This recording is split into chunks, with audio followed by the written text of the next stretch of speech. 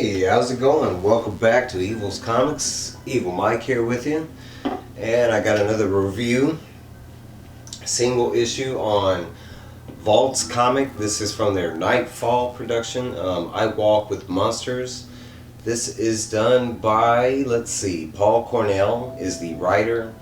Sally Cantirino is the artist. Letters is done by Andworld Design. Colorist is Dearbhla Kelly. You will notice when I do take the time to call out the writers and artists, it is because I honestly, genuinely love the comic. And I did. I love this comic. I came into it late. I don't remember if this was given to me in an AOK or if I found it on one of my hauls. I think it was one of my hauls, but I'm not quite sure. Somehow I managed to pick up this. I have been picking up a lot of number ones and older number ones that that I wasn't attuned to at the time. Excuse me. So we got I Walk with Monsters, and basically this is it's this little girl, and what she's doing is she's kidnapped at the moment, and we have Mr. Fancy Pants here, sexual predator. And he's about to like cut and slice into her, and basically like right off the start, she is just like talking her way out of this. She's talking shit to him the whole time, talking about, oh, you pristine, oh, you use that word, it makes you feel strong. You only use that word when you killing little kids type thing. Well, it's all a ruse.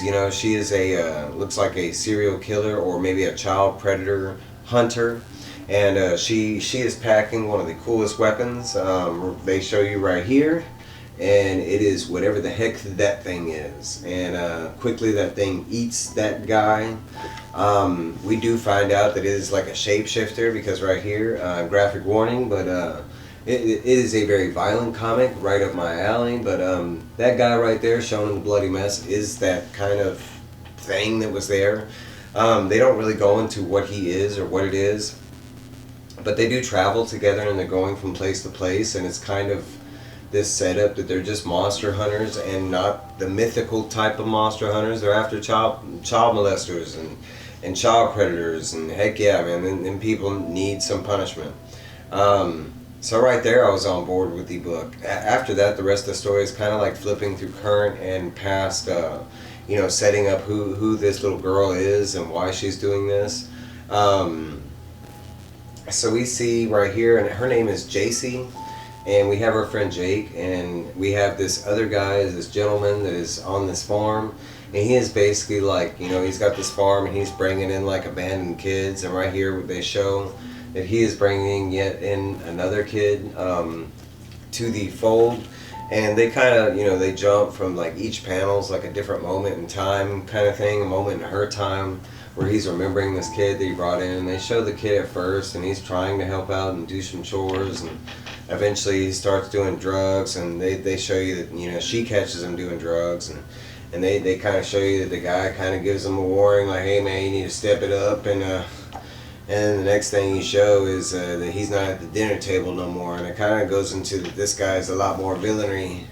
He might be one of the main bad guys, because right here it looks like he has eaten this kid, that he had killed the kid, and now they are eating, and he states to JC, I think that is her name, that if she doesn't shape up, she's going to be next on the menu. So it goes back into like present day, and it just goes back to her and her were guy, I don't know, were creature, were Jantu, I don't know what he is, but they just go into them, and they're traveling, they are hitchhiking, and for some reason this lady picks them up.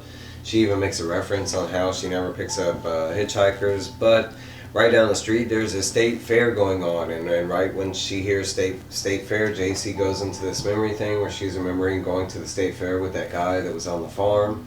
We are just going to call him Mr. Man for now. I don't know what his name is, but Mr. Man takes her to the farm, and we are kind of informed that he is working for someone, that, and maybe maybe he was just threatening the kids about him eating them or something like that. I'm pretty sure he was eating them, but at the same time, some of them we're taken to this other guy, and they reveal right here.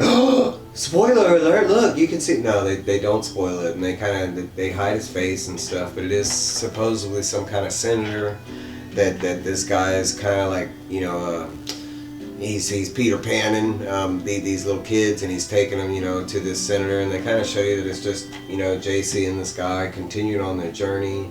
And they show little tempins right here where I'm tapping. They show like a you know, what this guy's face looks like in the senator. They don't reveal his name or anything like that.